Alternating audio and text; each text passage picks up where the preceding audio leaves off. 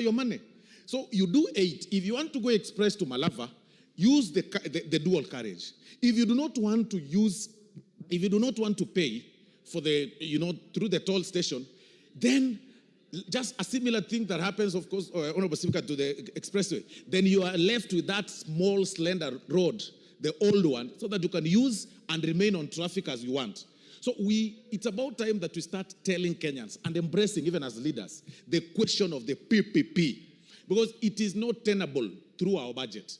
If we will be waiting for us, for the exchequer to fund the road, to make the road that way, like Thika Superhighway, so that we can have those dual carriages all through the country, it will not be possible. We want to urge Kenyans to start embracing the private-public partnerships. A similar thing that happened, a similar one like the expressway, it's optional for you to get through the expressway to the JKIA, or you use the underpass and go, it's free, and then go to JKIA. The difference is that one will save time, the other one will pay at a cost. So those are the things that we need to embrace, because it is timely. Looking at the city planning, looking at the country's planning, we are a little bit behind. I was engaging one of the colleagues, Honorable Speaker, when we visited Zambia the other day. You will notice, Honorable Speaker, that in Lusaka, even the city planning itself has envisioned a time where the country will have a population of 50 million or 60 million, because currently Zambia, although it's double in our size, Honorable Speaker, in terms of the landmass, their population is barely 20 million people. But looking at the city planning, the spaces they've left for those who cycle, the spaces they've left for those people who like walking along the road is very safe. But look at our country, Honorable Speaker. The cyclists, the people, the cyclists are riding their motorbikes and their bicycles just besides the vehicles, and besides those people who are doing jogging every day, and besides, of course, trailers, quite risky. And that is why, Honorable Speaker, we've got so many cases of hit and run. And I can tell you, as a legal practitioner, when I started practicing law, Honorable Speaker, the very first thing I started doing, Honorable Speaker, is going through the morgues, Honorable Speaker, for what we call ambulance chasing. And that's what most people who start practicing do, because it is common. People are dying on the road, Honorable Speaker, through hit and run. People are hit daily. And because of the nature of our laws, nowadays when you get a person hit by the roadside, Honorable Speaker, you can hardly stop and pick him, because when you take, even if he's, has some little pass left for him to be saved, you will fear, because when you take them to the hospital, you are asked, okay, so are you the one that hit this person? And the police will be after you. And that is why we are turning to be a country of each person for himself and God for us all. It's quite unfortunate. But generally, Honorable Speaker, it is about time that we start thinking through the PPPs. We start looking for the investors, viable and quality investors, to help us do the dual carriages. They toll to recover their money, but still, we leave that slender one, we leave that road, that particular one, to be free of charge, so that you have an option to either toll, use through the toll station and pay, or pass through the normal one. So with that, Honorable Speaker, and this one should actually go deep into the villages, so that it can actually open up the economic channels of this country. With those very many remarks, Honorable Speaker, I am very impressed by the Honorable Faith Gitau's motion, and I suggest that it just doesn't end in these structures of motion. We need to think through the public-private partnership, Honorable Speaker, in terms of, for us to engage, for us to be able to achieve this, because it is not possible to do this through the exchequer. I beg to support, Honorable Speaker, and I thank you very much.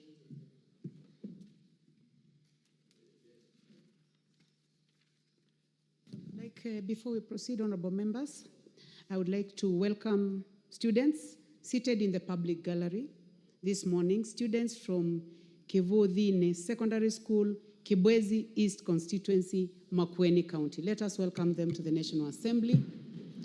You are welcome to continue observing the proceedings of the House.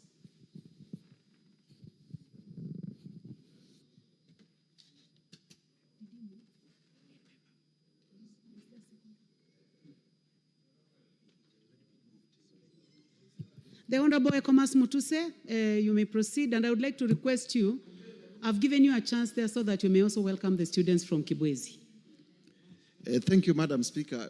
in welcoming the students from Kivuthin Primary School in Kibwezi East, which is my neighboring constituency, just to urge them and their teachers to you are welcome to the House of Parliament. This is where decisions in terms of laws, decisions in terms of budgeting, and oversight of expenditures of the national government are taken.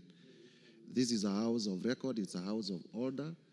You are among the privileged few who have had the opportunity to come here, and therefore I congratulate you with your teachers for making to the House of Parliament, and we wish you all the best in your academic journeys so that in future all of you may grow up to be professionals who this country will look up to in terms of transforming us, and some of you may also become leaders and lead your people at your time. Having said that, Madam Speaker, and I say that on behalf of the Honorable Jess Kambalu because that is our constituency. Having said that, Madam Speaker, allow me to now comment on the motion for the expansion of major roads in the country to dual carriageways that has been moved by the Honorable Faith Gitau. From the onset, Madam Speaker, this is a motion that is not only timely, but is something that should have been done by the country many, many years ago. Madam Speaker, you are now aware that the World Bank has classified Kenya as the 6th largest economy in Africa. We have now overtaken Ethiopia and Angola, and we are now the 6th largest economy in Africa by virtue of the size of our GDP. That means that our infrastructure needs to reflect the size of our economy. And that infrastructure to reflect the size of our economy, our road systems need to be modernized, our railway systems as well need to be modernized, and so that we reflect a country that is the 6th largest economy in Africa in the 21st century. If you compare our infrastructure with that of South Africa, driving from Cape Town to Pretoria, you realize it's the dual carriage. It's a long distance. Same way from many, many cities in our continent that are smaller economies than us. And therefore, we want to congratulate the Honorable Faith Gitau for reminding us in this House and those in the executive that the time has come for our roads to be dual carriageways. Madam Speaker, I represent a constituency that is on the Nairobi-Mombasa Highway, Kibwezi West constituency. From Kibwezi town through Makindu to Emali is a distance of about 70 kilometers on the Nairobi-Mombasa Highway. And there are many, many accidents. It is the same in Kibwezi East, it is the same in Kilome constituency. There are many, many accidents that are happening because the road is a single carriageway. And we have been expecting, especially with the promise that the Americans want to do an expressway from Nairobi to Mombasa, the one that they have nicknamed Usahihi, that we may have this project come to pass so that we may reduce the number of accidents, because one life lost through a road accident is too many lives for us. We have also heard about plans to do the road from Chumvi through Konza Technopolis all the way to Emali under the funding of the Korea government. And I stand to request the executive to fast-track such plans so that my people, the people living along the Nairobi-Mombasa Highway, may stop losing their lives because of avoidable accidents that can be avoided by dualing the Mombasa-Nairobi Highway. As for the funding, everything starts with an idea. And we cannot fear to propose ideas of dualing our roads because we do not have the money.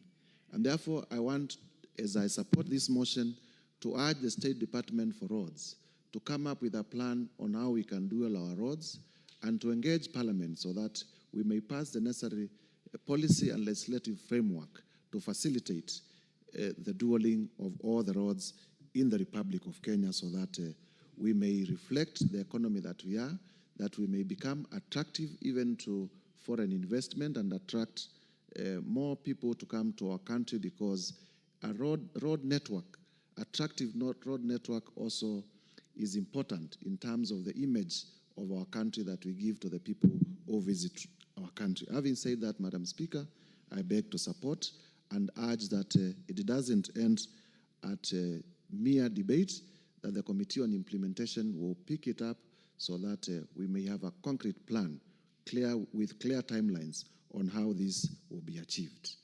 I thank you, Madam Speaker, for the opportunity. Thank you very much, Honorable Mutuse. The Honorable Naomi Wako, member for Marsabit. Thank you very much, Honorable Speaker, for allowing me to add my contribution to this very important motion brought by Honorable Faith Gitau, one of our very diligent commissioner and a member of Parliament. Honorable Speaker, as I stand, I want to confirm that I support this motion because it touches on one of the most important things that we depend on as a country. Honorable Speaker, the proposal that this House resolves that the government, through the Ministry of Roads and Transport, undertakes an expansion program of national trunk roads with the view of upgrading all classes A, B, and C roads in the country from two-way lanes to dual carriageway, one-way roads with the necessary infrastructure that include footbridges, safe crossing zones at regular intervals. Honorable Speaker, I fully support this because we know very well as a country, so many innocent lives have been lost. We've lost many people. We've lost even tourists who have been in our country due to road carnage. We've lost our young people, students, going for school trips or maybe going to their schools because of road carnage. And by expanding our road, we are sure that the accidents that keep happening in our country and on the roads will be reduced. Honorable Speaker, even as we propose this, some disciplines must be observed of time and how the drivers, should conduct themselves, and having the driving license and doing all the due diligence will help us and add a lot of value to the suggestion that we are making. And again, Honorable Speaker, expanding our roads will be profitable to our country. Our economy will grow because we know very well that many of our neighboring countries depend on us. And by expanding our roads, then we know that we will be able to grow our economy and we'll be able even to be of use to our neighbors, because Kenya, as it is today, we are at the front line and leading from there. We wouldn't want, to cause chaos and also other people to be in our country and have accidents. Honorable Speaker, we also know very well that road transport is still the preferred mode of travel and transport for many Kenyans, simply because it is affordable. And many of us prefer it because we know that when you're on the road, you are safe enough, unless maybe something that you are not aware happens. You know that you will be able to reach your destination safely. But again, if we are not able to manage and to control well, we will continue losing a lot of people. Honorable Speaker, we know that even for the service delivery, we depend on our roads for the service delivery. And these days we have our motorbike, the borders, who support us. And what the motion is supporting is going to help us a lot, because with what she's saying, safe crossing zones at regular intervals, proper drainage system, and other requisite infrastructure for their optimal operation. Even our border people will have their own path to be riding on, and that will be safe, because right now we are mingling and everybody is trying to compete for space on our roads, which is not safe. And again, we are not saving time. So that we can save time, we can also be effective, we can also be able to achieve many things as we consider doing different things, then we will be able to manage very well. Honorable Speaker, again, it is the suitable way of or suitable means of transport when it comes to short distance, because you cannot fly, you cannot jump over, you have to have proper way of driving and just getting to your destination on time. And this is the only way we can be able to achieve all our goals. It is my prayer that we will be able to do this, so that in our country, we already have a lot of challenges. We have many people, blaming the government for doing different things. We have Kenyans crying because of poor economy. We have challenges because businesses are not doing well. If we can ease the traffic, and if we can help our people to have at least safe way of traveling and reaching their destination, people's businesses will pick, and we will be able to do a lot. With those few remarks, Honorable Speaker, I support, and I request the other members also to support this motion. Thank you. Thank you very much, Naomi Wako, the Deputy Whip. The Honorable Gideon Ochanda, member for Bondo. Thank you, Madam Speaker. Madam Speaker, there are a number of things that if people and governments are not able to realize and to do, will continue being in many, many, many problems. One of these is the issue of planning and the use of data. Our successive governments are well aware that we have more vehicles on the road each year as years advance. What is it that we are doing, or what is it that we are placing for purposes of this increase of traffic in terms of our road infrastructure? I think there are some very basic things, very, very, very basic, that governments, the successive governments, have not worked towards this. And they are well aware that vehicles are registered every day, the number has been going up, and where we are taking these vehicles to is not developed. It's a similar problem we have, for example, in housing and what we are seeing in Nairobi now. One house or a household is brought down, one building, and instead it is replaced by a massive house of more than 40 households. While you are doing this, you have not planned for sewer, you have not planned for transport, you have not planned for all these many other things. And this is exactly where the messes are coming in. And we also have data in terms of the amount of messes that we have on our roads. We also have the amount of messes that we have even in terms of the other infrastructure because of planning. I don't want to say that the planning has not been bad, but somebody is ignoring, because these are very bare facts, that when you increase in number, definitely there must be a provision. Even if it is water, there must be a provision. Nairobi doesn't have the same people it had 20 years ago. There must be a provision. There must be some forward looking in terms of how some of these things are supposed to be met. And Madam Speaker, even some very basic way of how government raises revenue, we are well aware that if you put aside the formal ways of raising taxes or revenue, transport sector is one of the biggest sectors that helps these governments to raise money. What is it that we are doing when you are very sure that a sector generates for you money? It is the sector again that you ignore. Because if it were any other ordinary mind, you'll invest more where you generate more. And there was a policy in this country one time that you put more where you get more. You put more money where more money comes from. I don't know where this was lost. And a more particular one is where we use planning deliberately for a 5-year cycle.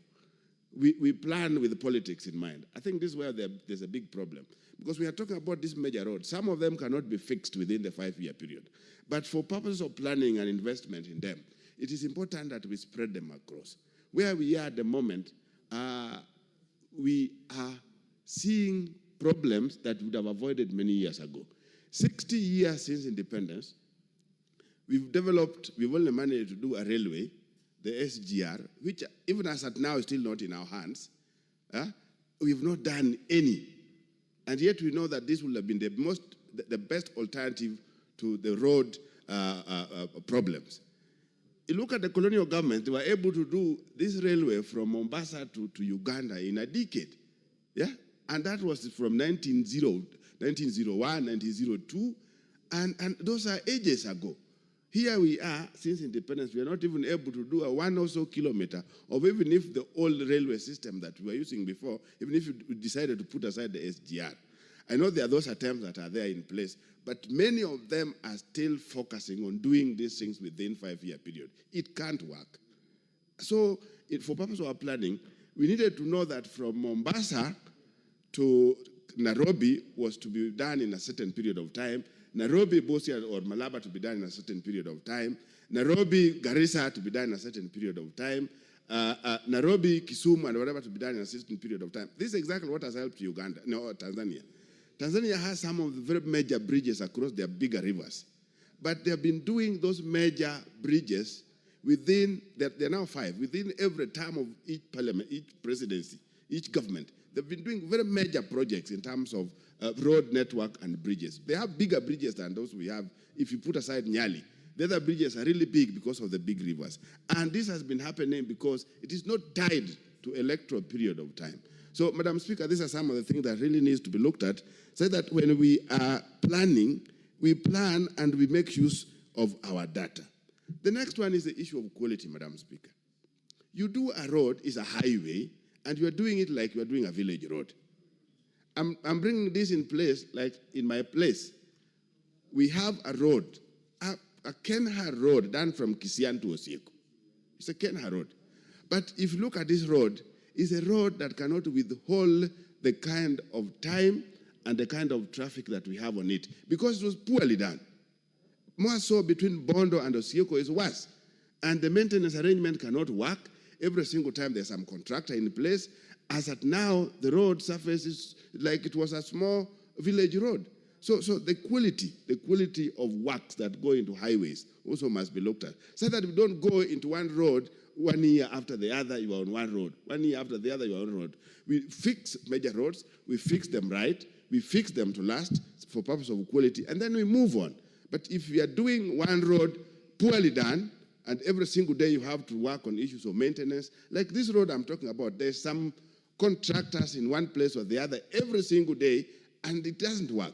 Right now it's in horrible condition, and you really wonder why was that money used in doing this road. If it would have been used in a village road rather than a highway. So, Madam Speaker, there are these issues that must be looked at: the issue of planning, the issue of where revenue is raised from, the issue of quality, and the issue of really looking at the alternative. Alternative to roads can only be railways, nothing else. Thank you, Madam Speaker. Thank you very much, Dr. Ochanda. The Honorable Jackson Lekumontare, member for Samburu East. Thank you, Madam Speaker, for this chance to contribute to this motion, Madam Speaker. Madam Speaker, this motion is very good for discussion. And I think, Madam Speaker, these roads, some of these roads, Madam Speaker, they are just there now to waste time.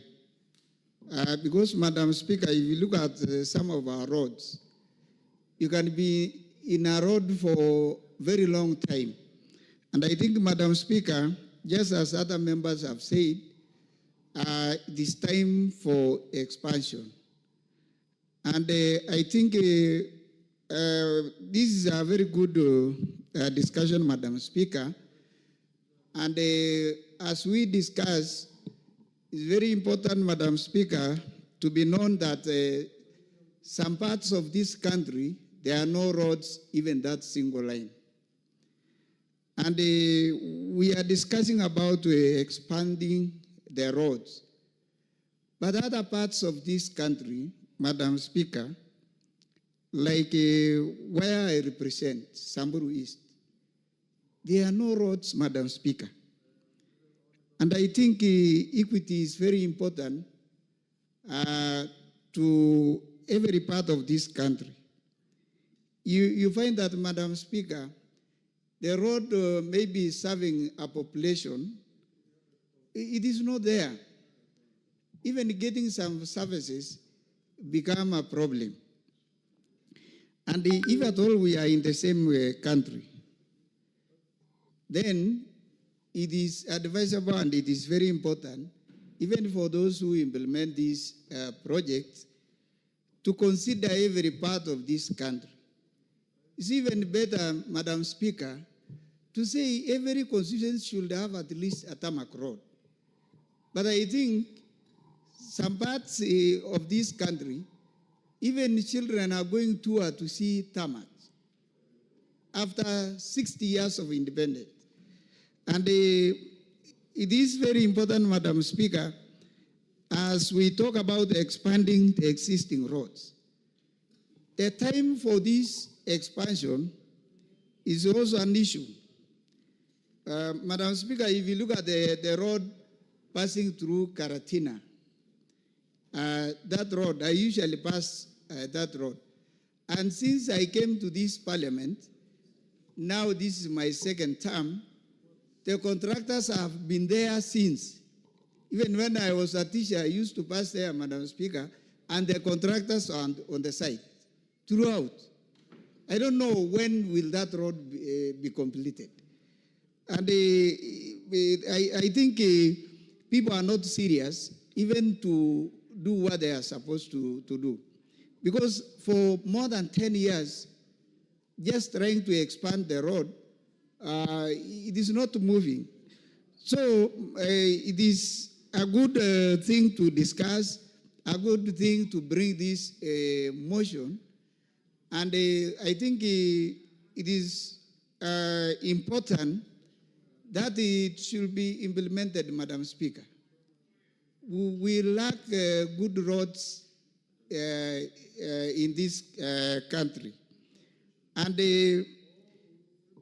I don't agree, Madam Speaker, when we say the resources are not enough, because they are enough in other places.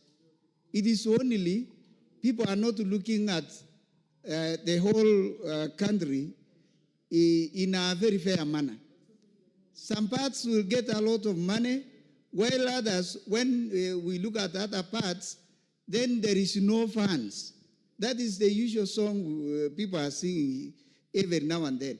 And I think it is now the high time the government should be able to look at every part and consider it. If the budget is small, then it should be small for everybody. But you can find other places getting a lot of money, but others no roads throughout. And we are in the same country. So I think it is very good. We really need to look at how maybe we can get funds to try help Kenyans. If you look at even the commodities, the way people are getting even food, commodities in other places, it is very high because of bad roads.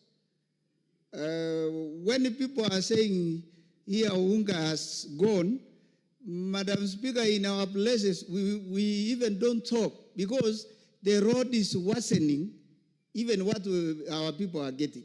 So I think it's a good thing, good to discuss, but very important to note that there are no roads in other places.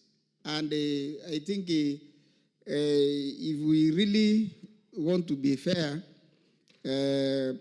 let us look at every corner of this country. Thank you, Madam Speaker. I support this expansion of roads to every place. Thank you.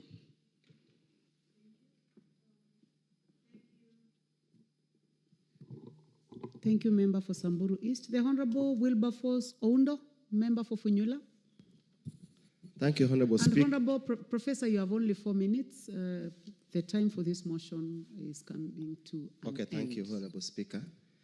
Let me also join my colleagues in supporting the motion by Honorable Faith Gitau on expansion of major roads in the country to dual carriageways. Honorable Speaker, transportation is the key to industrialization, is the key to improving the economy, and its importance cannot be gainsaid. Honorable Speaker, many of our so-called trunk roads, the international roads connect various regions and towns in this country, cannot really be constituted or be considered to be true roads in the true sense in what we see in the other countries. Honorable Speaker, it's such a shame that the road from Kisumu all the way to the border at Busia is literally a track. It cannot be called a road. Yet we pride ourselves that's the road to Great Lake region, to the entire all parts of the East and Central Africa.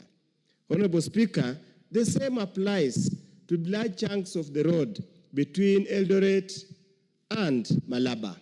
It's therefore important that, as Honorable Faith has stated, that this country, the planners, all those who are involved, should move with speed and through other means, find ways and means of ensuring that these roads are dual.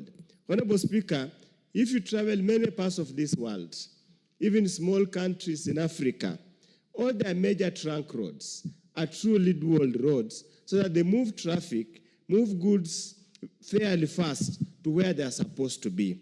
But Honorable Speaker, as we concentrate on the roads, allow me also to join Dr. Chanda. In many other parts of the country, actual road supplements transport. We have an untapped opportunity for purposes of railway. We could have moved much more goods, much more passengers, faster, safer, if we had continuously invested in the railway network. The last railway to be built was during the colonial time. The next has been during President Uhuru's time. Surely, honestly speaking, if we could find a way, I had an opportunity to travel in South Korea, a distance of almost 1,000 kilometers with a speed train. You cover much less period of time, and you move much more many people compared to road transport. But unfortunately, for Madam Faith, this is just a mere motion. Implementing or putting into practice motions in this country, if we have such a bad history, we might just end up being a chat show here without much impact or effort. With those few remarks so that I save time, I support. Thank you very much, honorable members. The balance of time, 48 minutes, has expired. So this motion, I'm sorry, it comes to an end. I know a few of you had wanted to speak, like the Honorable Dr. Mutunga, the Honorable Dick Maungu, and those two. Sorry, you cannot. I would like now to call upon the mover to reply. Is the mover in the house?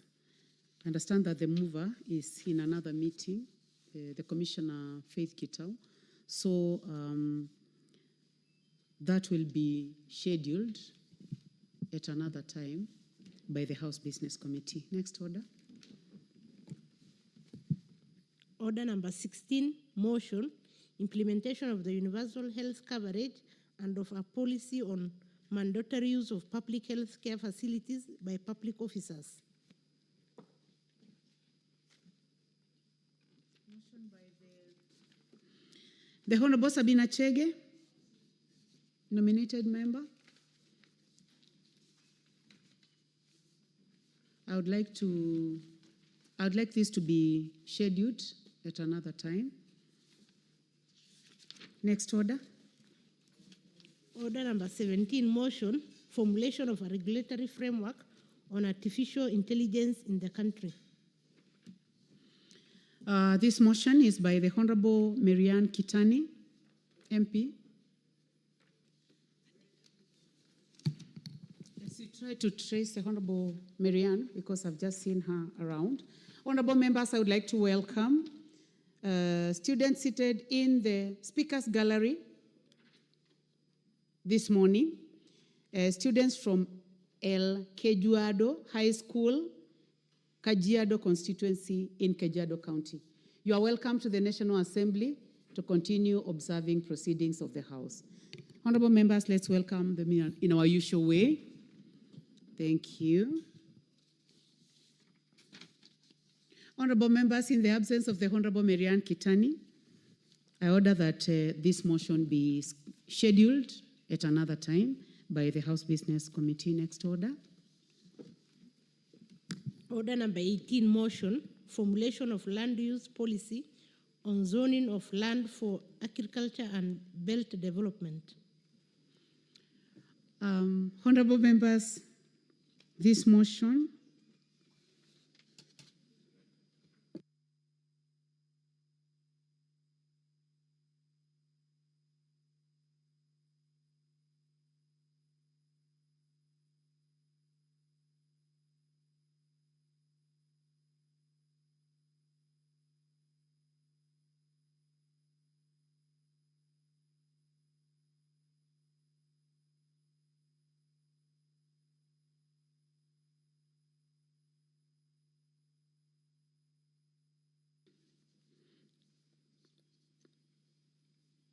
motion number 18, formulation of land use policy on zoning by the Honorable Timothy Wanyonyi, MP Westlands. That one is also deferred.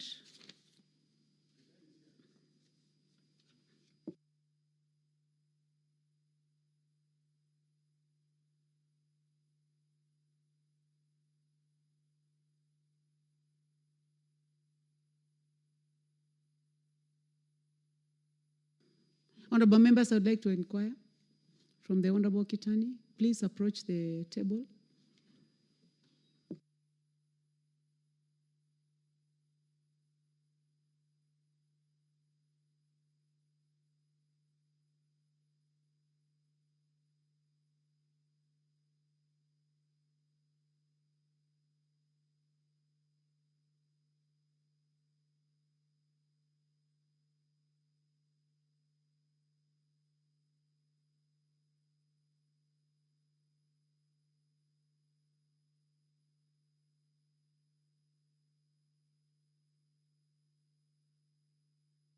Request the Honorable Sabina Chege, please approach the table.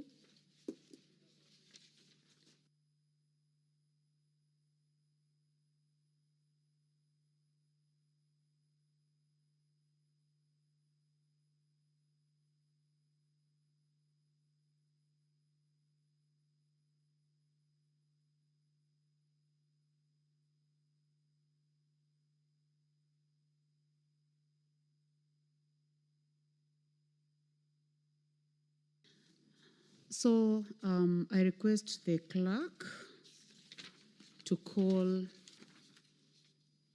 order number 17. Order number 17, motion, formulation of a regulatory framework on artificial intelligence in the country. The Honorable Marianne Kitani, please proceed. Thank you, Honorable Speaker. Motion on artificial intelligence, on regulatory framework on artificial intelligence in the country. That aware that the world is rapidly embracing artificial intelligence, or AI, which is the use of a digital computer or computer-controlled robots to perform tasks commonly associated with the intelligent beings, and acknowledging that the 2022 Government Artificial Intelligence Readiness Index report ranked Kenya the 5th in Africa and 90th globally in readiness to adopt artificial intelligence, further acknowledging that the Oxford Insight Survey 2022 pegged Kenya's readiness to adopt AI at 40.3%, and appreciating that AI, or artificial intelligence, has brought forth positive benefits that have increased efficiency in different sectors such as healthcare, manufacturing, and robotics, and concerned that the exponential rate at which the artificial intelligence is being embraced in the society without proper regulatory mechanisms has caused various negative consequences, such as rising cases of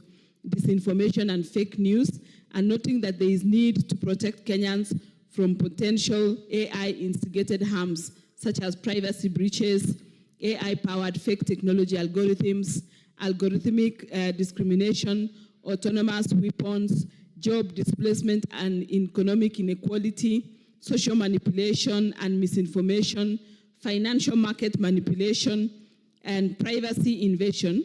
Now, therefore, this House urges the government through the Ministry of Information, Communication and Digital Economy to 1. Formulate a regulatory framework and ethical guidelines for implementation of artificial intelligence or AI in the country to control its potential use, and 2, develop and execute public awareness programs on artificial intelligence to raise understanding of artificial intelligence, fostering transparency and promoting responsible use of AI for the benefit of all. Thank you, Honorable Speaker. She should have.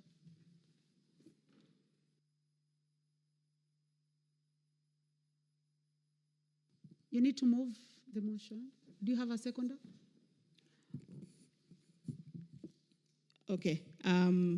I'll ask Honorable Maungo to second. I move the motion that formulation of a regulatory framework on artificial intelligence in the country, and ask Honorable Maungo to second. Thank you.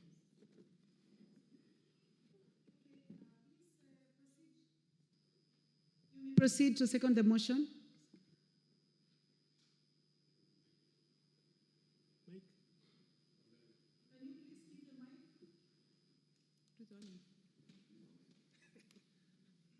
I've been given double mics. Thank you, Madam Speaker.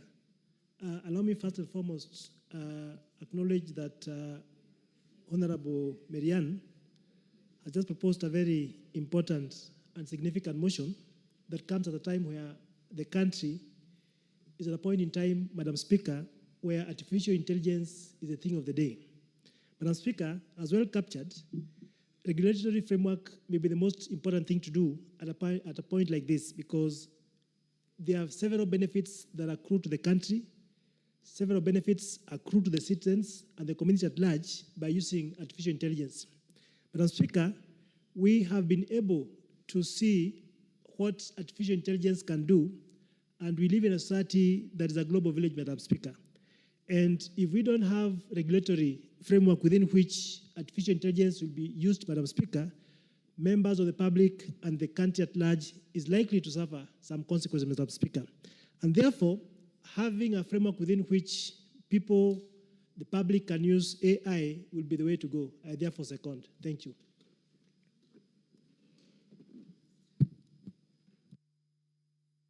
Thank you. Thank you very much, Member for Luanda. Honorable members, I now propose a question. That aware that the world is rapidly embracing artificial intelligence, which is the use of digital computer or computer-controlled robots to perform tasks commonly associated with intelligent beings. Acknowledging that in 2022, Government Artificial Intelligence Readiness Index report ranked Kenya 5th in Africa and 90th globally in readiness to adopt artificial intelligence.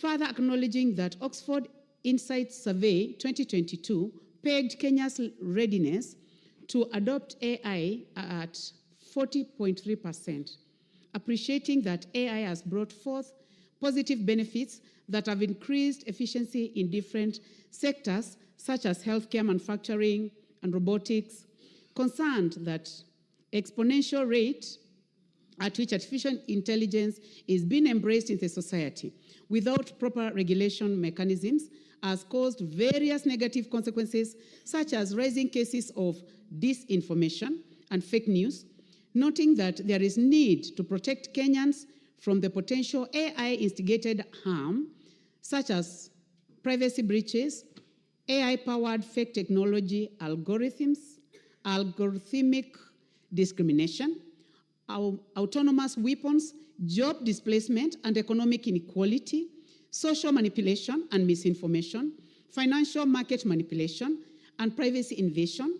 Now, therefore, this House urges the government, through the Ministry of Information, Communication and Digital Economy, to 1, formulate a regulation framework and ethical guidelines for implementation of artificial intelligence in the country to control its potential misuse.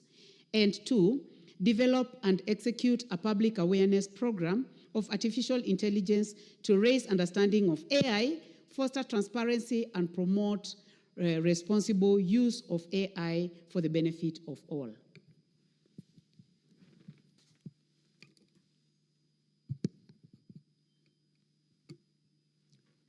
Honorable Gideon Ochanda.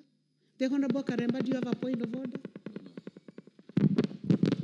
Anything out of order, Honorable Karemba? Not a point of order. You wanted to contribute? Yes. In that case, let me give the first opportunity to the Honorable Gideon Ochanda. Are you interested in this one or it was the earlier one? Okay, you may proceed. Thanks, Madam Speaker. Madam Speaker, the world is moving very, very, very fast. And in the study of what we call political science, the animals that move so slowly is the governments. Governments are very slow. They can't move at the speed at which the world is going. And the world is going that route because of it's being driven by individuals and minds that are towards making things easy or easier to be done, easier to be delivered, easier to be understood, and effortlessly making things work. Madam Speaker, if one were to look at this country in the last 20 years only, you looked at how we have moved from the issue of even the telephone alone, when we had these fixed cubes of telephone. In the last 20 years, if you were to do an international call, you had to book, you come to Ex-Telecom here in Nairobi, for you to be booked for a number of weeks before you are connected to US. And these things are not long ago. They are very recent. And we've seen them come and pass. And now, one of the greatest problems that states are to have is the issue of insecurity related to where technology is taking us to. The police, the intelligence, the governments, wherever they are at risk because individuals are ahead of them. Citizens are ahead of them. And that's why there's this outcry, because you are trying to adjust, you are trying to adapt with a speed that you are not able to cope. That's why one day you hear about a person running a completely different parallel press. The government is not aware, the main press is not aware, and the following day it brings issues. So we are slow. Governments are slow. Governments, when it comes to what we call the inertia, they take too long to turn. And by the time they turn, they'll find when individuals are far, far much ahead of them. And that's where we are with technology. So, Madam Speaker, what I'm trying to say is that if our governments are not able, in fact, some of this needs to be clear-cut departments with smart people. Some of these guys that we are chasing outside there needs to be in government. These guys who are running away with the computers and are able to do certain things that are beyond us, that are surprising us, needs to be collected. They need to be somewhere where they need to be working for this government. Otherwise, when we leave them outside there, unregulated, because you can't say something is illegal if it is not in law. Yeah? If it is not in law, it is not illegal. So even if when one commits it, whether it is bad or wrong, there's nowhere you will take them to. And that's exactly where we are in this nation as at now. That we have individuals ahead of this government in terms of IQ, in terms of where they are, in terms of technology. They are ahead. And the best that the government is supposed to do is to collect this guy somewhere. And I think that's what many governments are doing. Collect all these smart brains, have them somewhere, because you know if you leave them, they are going to be ahead of you, and it's going to be a disaster. Number two, Madam Speaker, we are talking about unemployment.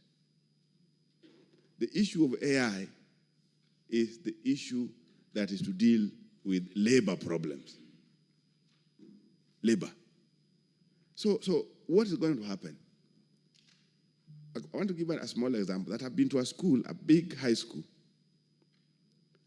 where there are 8 streams of classes. And this school, compared to other schools, including mine, a school in my constituency that's employing 98 teachers, this school is only employing 18 teachers. And they are working in a manner that one teacher in a small corner of a computer room is able to handle 8 streams or 8 classes at a go. So look at that. If we went that route, what happens to these many teachers that we are training? That's where the contradiction comes in. What happens to these thousands of people that we are training? This government has done very well, particularly in terms of recruitment of teachers. We are above 70,000 people teachers that have been recruited. Those that have not been recruited are still in their thousands. Those that are in colleges are in their thousands.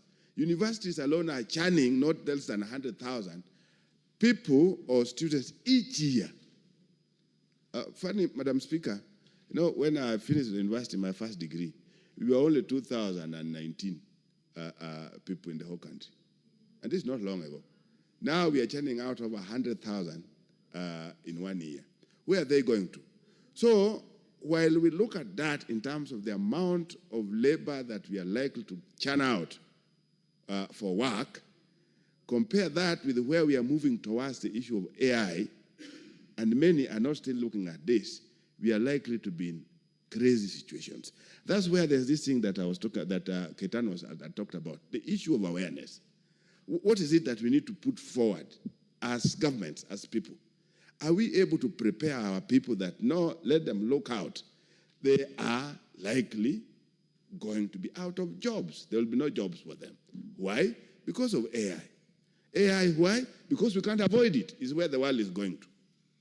So we'll be remaining with the bulk of our guys, the bulk of our labor, stranded here. And when they're stranded, that's again another problem. So the balancing.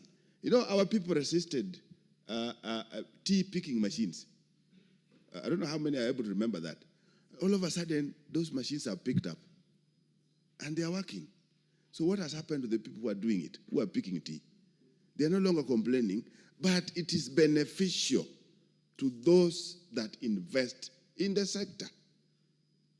You must reduce the cost. The cost of labor is one of those costs in production that is so high, particularly in most of the countries, and even including ours. The people who also go to work don't go with the attitude that they are working for purposes of making sure that everybody benefits. They go to work in the name of getting money. They don't care what they are doing. It's just a matter of the end month is there, they earn, and they go. So by the end of the day, if a potential employer or any other employer anywhere else realizes that they have alternatives to that labor, they'll definitely pick it. So as a country, as a people, we must be very, very careful moving forward. AI is a must. And if we don't do it, if we don't regulate it, it's going to run ahead of us. It's going to run ahead of the government. People are going to do it. And already they are experimenting. Some countries are delivering, blood and all that with the robots in the country. So what happens if Lamu has robots, Busia has robots, and all of them are in the air, running helter-skelter everywhere else without any regulation, without any kind of commands? So I want to believe, Madam Speaker, this is apt. The motion is apt, and the government must look at it. Even when they look at it in terms of how motions are implementable or not, it gives the government a warning that there's something that must be done. Thank you, Madam Speaker.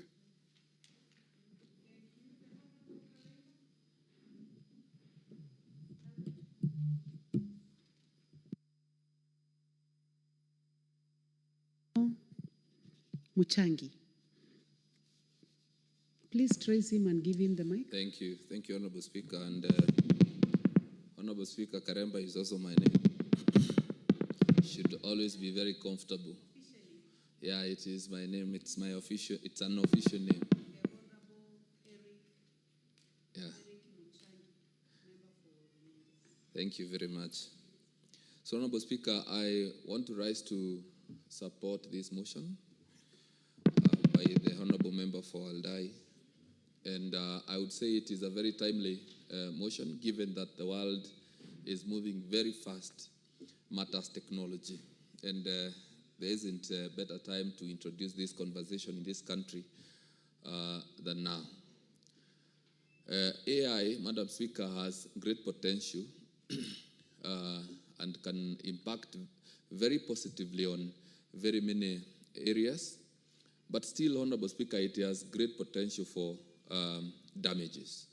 And Honorable Speaker, when it comes to distorting information, AI has enormous potential in doing so, and it should be in our interest to regulate this space, the artificial intelligence space, so that we ensure that information is not distorted, because this country in the past and even in the most recent past has been a victim of distortion of information, which has potential to bring about conflict.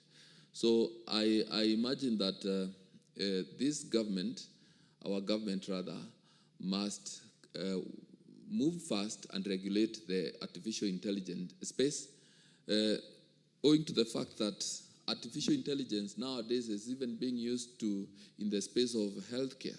It's also being used in the space of manufacturing.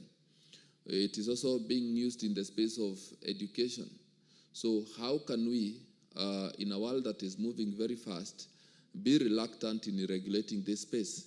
So before all Kenyans embrace artificial intelligence, because I believe many Kenyans have already embraced artificial intelligence. So before all countries embrace it, we need to be among the very first countries in Africa to regulate this space, so that we can provide a platform and a space that is regulated for the generations to come. So, Honorable Speaker, I support this motion. Thank you. The Honorable Stephen Mugaka, Member for West Mogirango.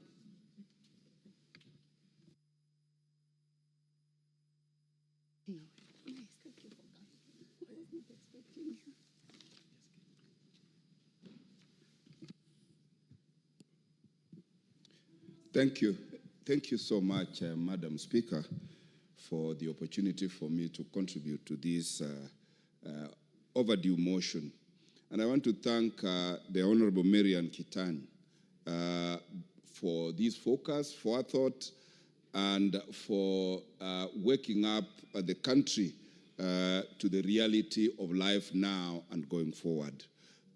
Madam Speaker, we all know that technology is the driver of everything at the moment. And AI is the latest entrant into the toolkit in ICT that has made work extremely easy, that has increased efficiency, that has made it possible to improve productivity, but that has also come with equal dangers. Because technology, like anything good, is a double-edged sword. And as much as it is very helpful and is actually now the driver of serious economies of this country, of this globe, it is also having equal damage. Because when you employ AI in warfare, like is happening elsewhere in the world today, you can see the havoc that is being created by military people who are not at the war front, but are remotely attacking their perceived enemies and causing a lot of harm.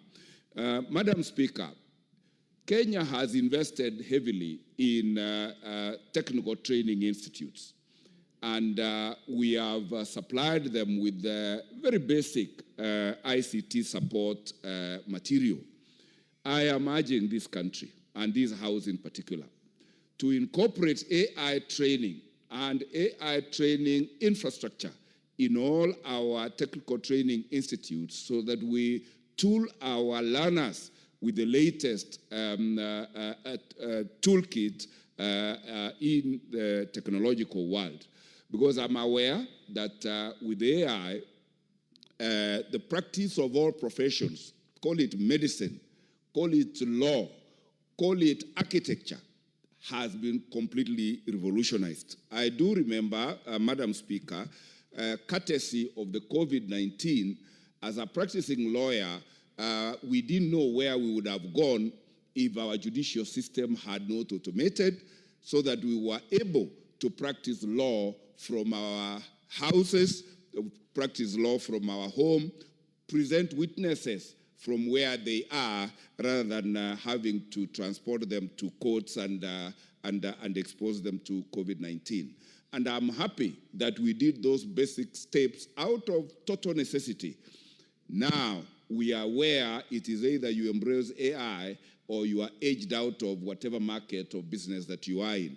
It is my humble prayer that in the budgets going forward, we must start with a policy framework of how to embrace AI and maximize its utility so that we release a lot of man hours of people traveling on the roads to workplaces, of sitting in the offices waiting for a colleague to bring a key to open so that you access your working material, so that we can release as much labor or man hours as possible to alternative economic employment.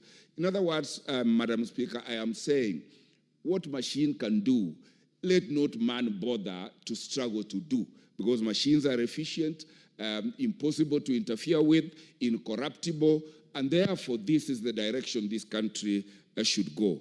Looking at the budget we have in the education sector, for instance, Madam Speaker, where we are told that even with that budget, other children in this country are still learning under trees. We need so much infrastructure, investment in physical infrastructure, that is mortar, and I think going forward, and this is the direction, we do not need to have our children in boarding schools. We do not have to have our children in schools. Children can learn from home so that we can improve parenting and be able to reduce the rate of inclination into criminal conduct of our young persons because of lack of parental care and guidance wherever they are. And I want to plead that our ICT ministry wakes up and draws a policy framework that this House should debate, discuss, approve, and then inculcate, create a very deliberate learning program for all sectors, both private and public sector, so that as a country, we embrace technology, we embrace AI, we exploit the advantages of that AI and be able to be an industrial giant in a very short while. And as we do that, we urge the engineers in this sector to be very candid with the country on the dangers associated with the use of that technology so that we build up firewalls, we build up regulatory mechanisms to ensure that what is so good when used badly does not become extremely destructive. And with that, Madam Speaker, I support and thank the people of West Mogrango all the time for making me their member of parliament. And I think, Madam Speaker, I invite you there to confirm that I attend parliament every other day and make contributions whenever asked to do so. Thank you, Madam Speaker.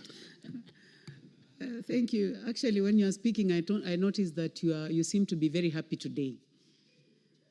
So, and you are also bringing the same happiness to the House, and thank you for your invitation. The Honorable Geoffrey Mulanya, member for Nambale. Thank you, Madam Speaker, for giving the opportunity to speak on this motion. Madam Speaker, as has been said by my colleagues, it is very important that we get a proper regulatory framework to control the use of artificial intelligence in this country. We know that the society is moving very fast.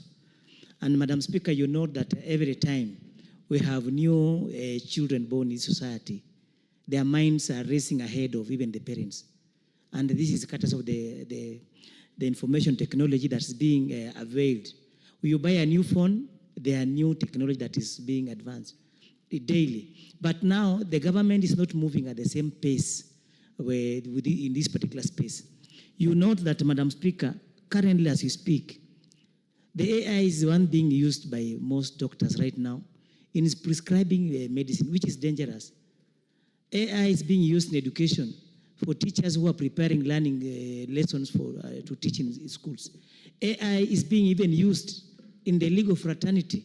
The other day, I had a complaint from a judge indicating that young advocates are now using AI to prepare submissions to forward in court, whereby they are quoting non-existing laws, non-existing judicial precedents that we rely on in legal, in our courts, so that this can easily mislead a court to arrive at a wrong decision. Because in our legal circles, we normally rely heavily on the previous decided case so that we have a sequence. We don't want to have contradictions. But when someone is now coming in, we're using artificial intelligence to prepare submissions, quote non-existing cases, you find out that the judge that is presiding over the case is easily going to be misled. We also have the AI being used by architects drawing houses, which is now becoming very dangerous. Madam Speaker, you note, as it has been said, the lack of regulatory framework is one that has led into all these things happening in our society.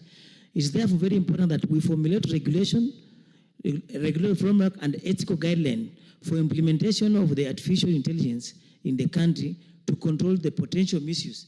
We have had cases of fake news appearing on social media because we have young intelligence people coming up with the newspaper headlines with screaming news that are fake. But all this information is distorting society that is a potential risk to a conflict. So, Madam Speaker, I support the motion and say that it is extremely timely. Support Honorable Marianne Keitany and thank her for bringing up this particular motion. Thank you, Madam Speaker. Thank you very much, Member for Nambale. The Honorable Dr. John Mutunga, Member for Tigania West and Chair Agriculture. Thank you very much, Honorable Speaker, for the opportunity to also add my voice to the Honorable Marianne Keitany's motion on the need for regulatory framework in the use of artificial intelligence. Honorable Speaker, in the stage at which we are technologically, Kenya will have no choice other than embrace artificial intelligence. As we speak, Honorable Speaker, we've already embraced anyway in certain sectors, and the process is ongoing. So what is important, and what the Honourable Member is speaking so loudly about, is having a regulatory framework that will basically guide on how to use artificial intelligence in the advent of losses of job, potential losses of job, and the need for further and more intensive and more complicated industrialization, as well as the growth of stage that we are in. Honourable Speaker, we witness in movies, and sometimes in the newscasts, most of the time, we see how artificial intelligence has played a role in especially collecting intelligence from various places, and also for even mapping, geo-mapping of an area, where we use drones, even determining where to spray in agricultural, pest and disease control. Artificial intelligence has become very, very, very important. In modern warfare, drones have been used quite a lot. And I believe one of the advancements that we need today is that artificial intelligence which can enable us to identify the powers of the enemy, the placement and the distribution of the enemy, their warfare and the investments in various areas. We have also seen that in the service sector, artificial intelligence has become very, very important. And therefore, it is key that we embrace artificial intelligence as a country.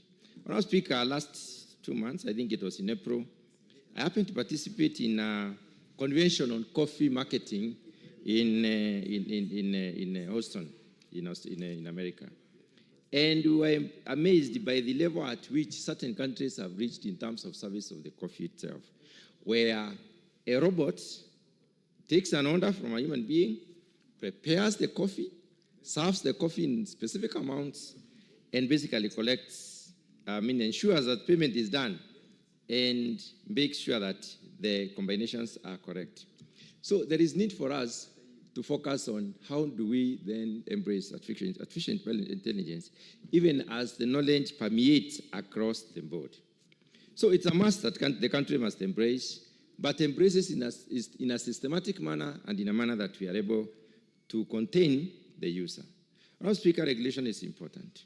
We need to discern which areas should we actually allow or control, what measures of control should we take when it comes to use of artificial intelligence? It is important for us to also focus on the areas that probably are dangerous to human beings so that we may promote artificial intelligence, especially when it comes to manufacturing. We know for sure that most of the manufacturing sector has embraced artificial intelligence, especially in other countries. And in this country also, we have investments in this particular area. So as we look at how do we invest in this area, what levels of control should we exercise, and how do we manage this? We need a policy. And this policy direction will help us as a country to manage this particular process. Kenya is noted as one of the countries in Africa that has advanced in this. In terms of ICT, Honourable Speaker, we are an advanced country. We are doing a lot. And investment in ICT is a purposed decision of the current government. There is a whole ministry that is looking at the possibilities within the digital divide, how we can exploit the opportunities therein, even to employ our children. Honourable Speaker, when we are looking at these possibilities, let us discern which section, which part of the investment structure should we use artificial intelligence. And Honourable Speaker, we are talking about digitization every year. Every time, every sector is getting through digitization. Even as we look at digitization, we may also know that it is not possible for us to control the learners. Research has to go on in various areas of ICT. We have to have our learners trying out options and possibilities. We know in the process of trying out options and possibilities, innovations in this country have been born, and they are born fruits, and they have really created a lot of employment, especially the M-Pesa, for instance, innovation. There are very many other innovations that have come by. There may be innovations that will also replace the possible job losses. So we need to allow research to continue, but in containment, to the extent that we need to be able to know which area is being focused on and what are the possible findings that we are looking at. Honourable Speaker, there's a lot of disinformation, especially in this country, and this disinformation is a lot more propagated through the media and through the social media. Social media has embraced sufficient use of ICT. And that being the case, how can we also use artificial intelligence to enhance verification of the information that goes out? Honourable Speaker, as we move on, and even as we look at the court process where the burden of proof must go on through to whatever extent, we are looking at a future where there are possibilities that people will say, using drones, we are able to collect this information. But we need to control this particular use of artificial intelligence to the extent that, because we know what we put in is what generates an output. And therefore, we need to be able to control how we use these options, as it were. There are several possibilities that are important for us. First of all, containment of the news and news content. It is very important for us to know what kind of artificial intelligence was used to collect what news and whether there are possibilities before release of such news. If we do not contain this, then we are likely to be finding ourselves in cases where a proof has not been given and there has been sufficient circulation, which may mislead most of the Kenyans. The other issue is the control of associated onslaughts or the areas where we have embraced artificial intelligence.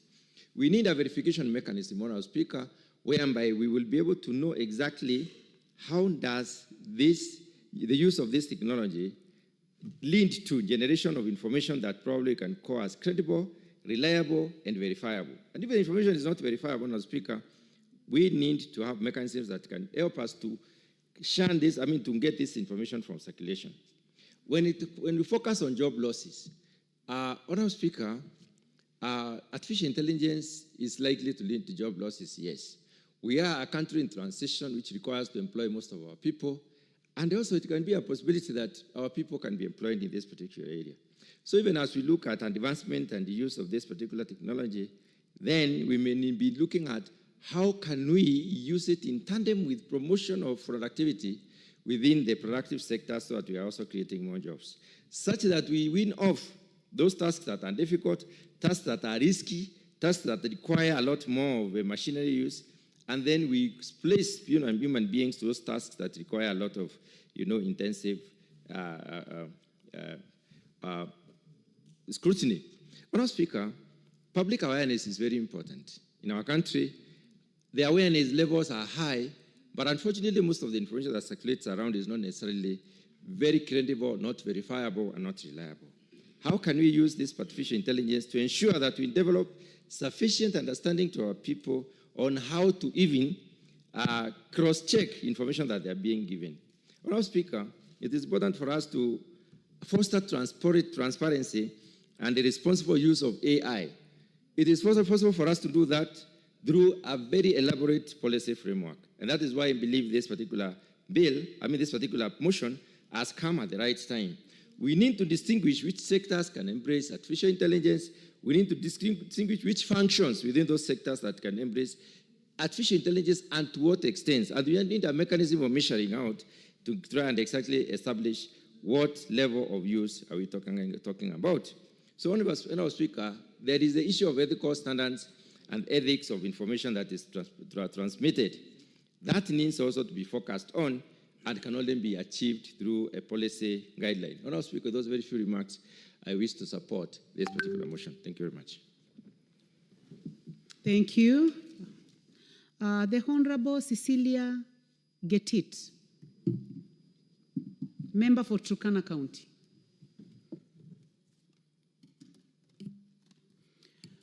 Thank you, Madam Speaker, for giving me this opportunity to contribute to this good motion by my colleague, Honorable Keitany.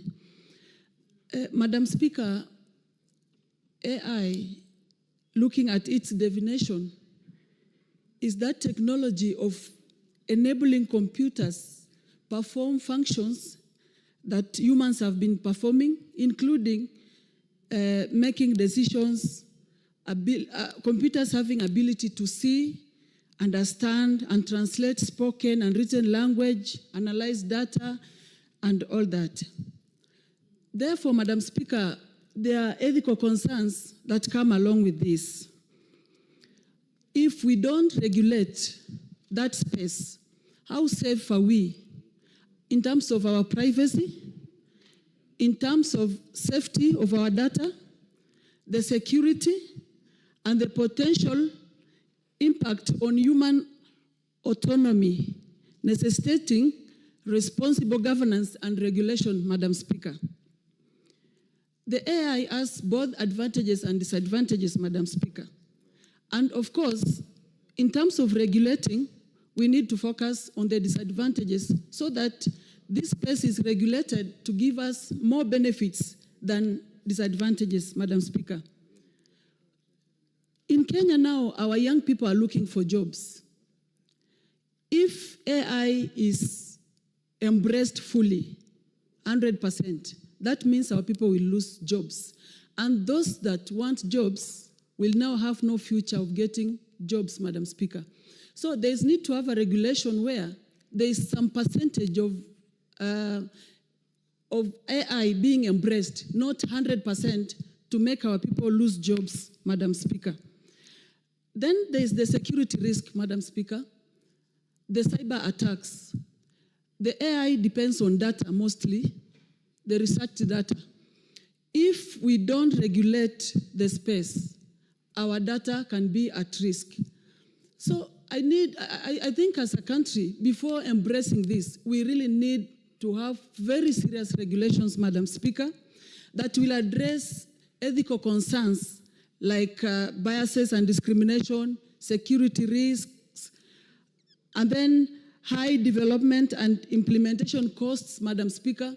This needs very massive and serious investment in terms of infrastructure, research, and all that. So it's not something we can just rush into without really having very serious regulations, Madam Speaker. And then there is the risk of a reliance of the humans now on these computer things, Madam Speaker. I think AI will need to be regulated. If our students will be asked any question in school and then they just access the AI information and data, then it will kill the ability of our students reasoning and really expounding on things, testing their intelligence. They will now be depending on this AI thing.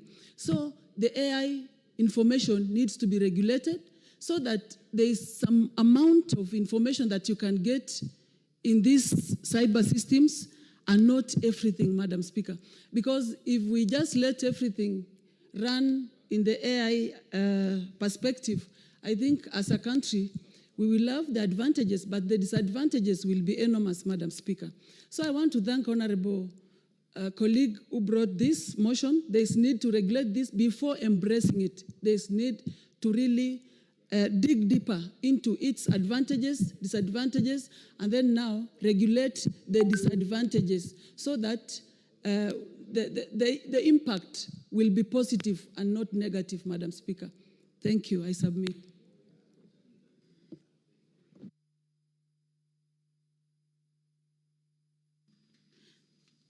The Honorable Joseph Dena, nominated member. Please trace the Honorable Dena from my right. Thank you, Madam Speaker. I stand to support my colleague. I call her Maria Antoinette. First, we have, it is good that we cannot stop an idea whose time has come. AI is here now and it has come and it will not stop. That is the idea when mobile phones came, and now we have seen the revolutionaries of the mobile phones. But I will want to state on three things, three aspects of it. First is education. The other day, I think Friday, we were with the Minister of Information in Mazeras for the innovation. And we could be able to see they're already using AI. By 7 o'clock, by 8 o'clock, somebody had made 10,000. So it is about wealth creation. Number two, it's AI now is on health. They can be able to tell your blood sample, everything about you in terms of using the AI, even without your knowledge. That I tend to support the regulation into this. The advantages are there, the time has come, but yet at the same time, we have to put the regulation to guide us. Third thing, it's on security, which is key. We can see now in Iran what is happening in Iran and Israel. Somebody you cannot see, somebody you cannot hear, somebody you cannot even have face. There is no plane. And now everybody is going into drone. Security is a key component in any country. If we cannot be able to regularize the AI policy, then we are going to fall into a big problem. So we come to agriculture. Right now, there are drones that are feeding and able to tell the amount of fertilizer, the amount of acreage production, which would determine the food production of a country. And if we look into these things, they are key components of the future of a country. So I tend to support this motion because it is a key component in our life in which we live in. As much as it's good, but we have to be able to create a framework that we can be able to guide the AI in this country. So, Madam Speaker, I tend to support the motion, and I thank my colleague for bringing it up. Thank you. Thank you. The Honorable Joseph Cherorot, member for Kipkelion East. Thank you, Mr. Speaker, for giving me this time in order to support the motion brought by the Member of Parliament from Aldai, Marianne. Madam Speaker, this motion actually has, I can say that it has even delayed because of whatever is going on around our country. I want to say that the other day we were talking of analog and even digital. When the computer came in space, Madam Speaker, we know what has gone through and a lot have taken place in this country. I want to say that the regulating or giving out the framework on how to regulate the use of AI, Madam Speaker, is going actually to help us a lot. I know this is an area which has been embraced by our Kenyan youth and mostly all Kenyans. In our homes, Madam Speaker, even in our bedrooms, we have mobile phones. And in most cases, you find out that even some of our youth, or most of them, are aware of what is going on around the world. So having regulating it, Madam Speaker, will help us actually to guide, even though I know the world actually has become a global village, Madam Speaker. And what is going on, we've seen about content creation and a lot of things, which means that AI has taken a transformative shift in this country. Madam Speaker, if we want actually even our ministries to proceed and even to progress, AI actually is the only way that can be embraced. If you see, Madam Speaker, like in health, Madam Speaker, the other day we had to change. We had to shift to SHA from NHIF because NHIF was using actually the analog way. And in the SHA, Madam Speaker, it is digitalized, which means in our ministry, like Ministry of Health, even KRA, using AI can help us even to develop economically, Madam Speaker. Madam Speaker, I want to say that if we want to also to prosper in our businesses, AI is the only way. Madam Speaker, you find yourself, you are seated in the house, and you do some orders, and within a short time, you do deliveries are dropped in your house just because of AI.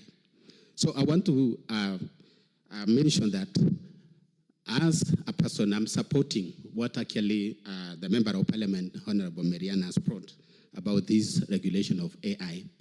If we want also to, like what we have mentioned, Madam Speaker, especially in terms of agriculture, there are a lot of things that you cannot use just the common sense that you have, but you have to apply also AI. And also in the cyber security, Madam Speaker, it also helps a lot.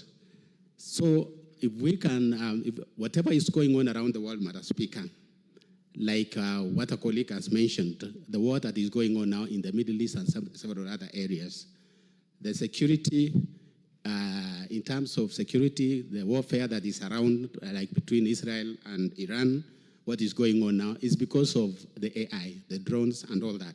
So, Madam Speaker, I support the motion. Thank you, Madam Speaker.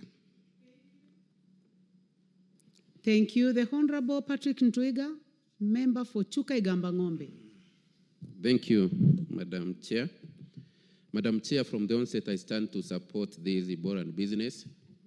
And I would wish to say the following one. Madam Speaker, when we discuss AI, we are not discussing Kenya as excluded from the rest of the world.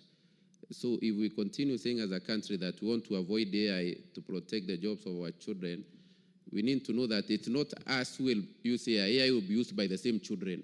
And the rest of the world won't prevent the rest of the world from evolving in AI because Kenya is not prepared. So our lack of preparedness does not tell what the world will do. So, Madam Chair, we really need a regulation because we have a young generation. I like what one of our colleagues from the Ugandan Parliament said, that being born in Kenya, it's like being in Form 6 in Uganda. We have a generation. We have a generation that is so quick to learn. Yesterday, I looked at and I wish first to say sorry for what happened yesterday about that man who was shot. And within, we not even know tell you who, because within that minute, they had created so many faces. They will say, is this one who has been shot? There's this one who has been shot. He is from here. So we had like 10 or 20 people, images that had already been created online on who had been shot, which can really bring chaos and confusion. About the policeman who did what, we had almost a face immediately. After 2 minutes, another one. So we really need a regulation because you can't control that. We can't say now that will prevent our young people from using AI or artificial intelligence because it's the next frontier of development in the world. So we can't close ourselves inside the country and be afraid of what is coming because AI is here with us. And the most important thing as a country is to be prepared. And the best preparedness for this house, as a house that makes laws, is to have a law that will guide artificial intelligence and its use in the country. Thank you, Madam Speaker. I support. Thank you very much. The Honorable Kainan, member for Thank you, Madam Speaker. Elders. I don't know why I left my card. Yeah, it's unusual. I hardly forget. And you know that because of the length of time you have been in this house, we have to indulge you. So Please proceed. It's a very, very rare thing. Thank you, Madam Speaker. Madam Speaker, this motion is timely. I want to thank the Honorable Marianne Keitani. You know, she's a distinguished member of this House. People know her as a first-timer. I don't know whether you'll... Yes, I'm saying people know her. Bent over because of your height, I yes, think. people know her as a first-timer, but she's an all-round, efficient, highly mobilized, former chief of staff. And I'm sure the people of Aldai will not regret in having her as their member of parliament. But that does not mean I have in any way trying to influence how the people of Aldai are likely to think of her and behave. Having said this motion is timely, and it's one of the things that we must think out of the box as a country. Madam Speaker, Kenya is a very responsible member of the global village. Let me call the global village. And equally, Kenya is a very resourceful, committed member of the African continent. And Madam Speaker, Kenya is a country of very diverse population. One of the things that we must pride in, recently we were voted as the best in human resource capital by the UN. Madam Speaker, that tag is so important, not only to our diaspora community, but it takes our education system to another level. Madam Speaker, this is why, notwithstanding the different provisions